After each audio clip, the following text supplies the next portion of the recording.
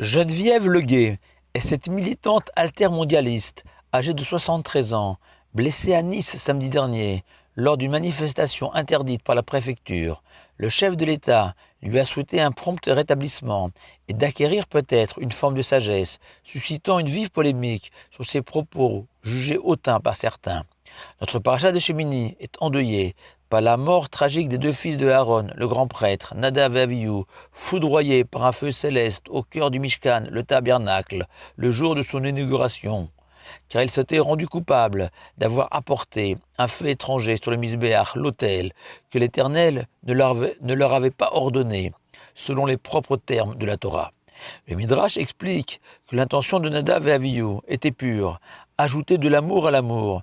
Leur feu personnel, symbolisant l'amour des hommes pour l'Éternel, devait fusionner avec le feu céleste, témoignant de l'amour de Dieu pour l'humanité. Et Rabbi Avraham Sabach les compare même à ces fameux quatre sages dont le Talmud raconte qu'ils ont tenté de pénétrer vivants au paradis, cet univers irréel de lumière réservé aux justes après 120 ans. Ainsi, Nadav et Avihu ont pensé dépasser les limites imposées par la matérialité de notre monde à travers ce feu étranger.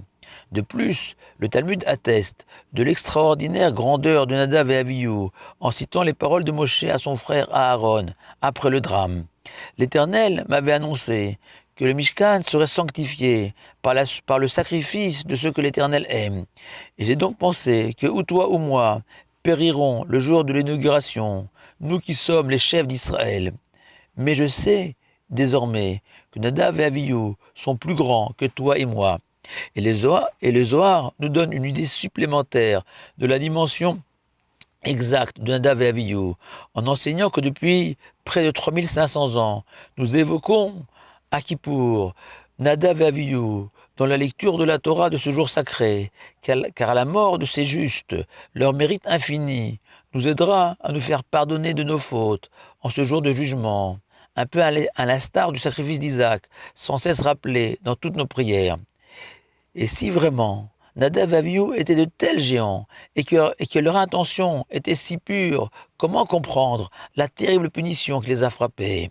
Qui plus est, dans un jour de joie pour les enfants d'Israël et à l'endroit le plus saint de la terre. Et Rabbi Ishmael, cité par le Midrash, explique que le feu apporté par Nadav et Avihu était étranger uniquement car il n'avait pas été ordonné par Dieu. Et le Chidush She'arim, cité par le Rav Munk, écrit que les meilleures intentions ne peuvent justifier une action qui ne serait pas confirmée par un ordre de Dieu, et qu'au niveau spirituel de Nadav et Avihu, la plus petite déviation de ce principe essentiel leur a été fatale, car la plus grande sagesse consiste à accomplir exactement la volonté de Dieu, ce que disait Rabbi Naftali de Rupshitz. Et il faut une immense sagesse à l'homme pour être entier, presque naïf vis-à-vis de Dieu, sans jamais chercher à s'écarter de ses préceptes. Loin de moi l'idée de savoir s'il était maladroit ou non de donner une leçon de morale à une dame âgée et hospitalisée. La mort de Nadav et Avihu nous enseigne qu'on ne perd jamais à respecter la loi. Shabbat shalom à vous tous.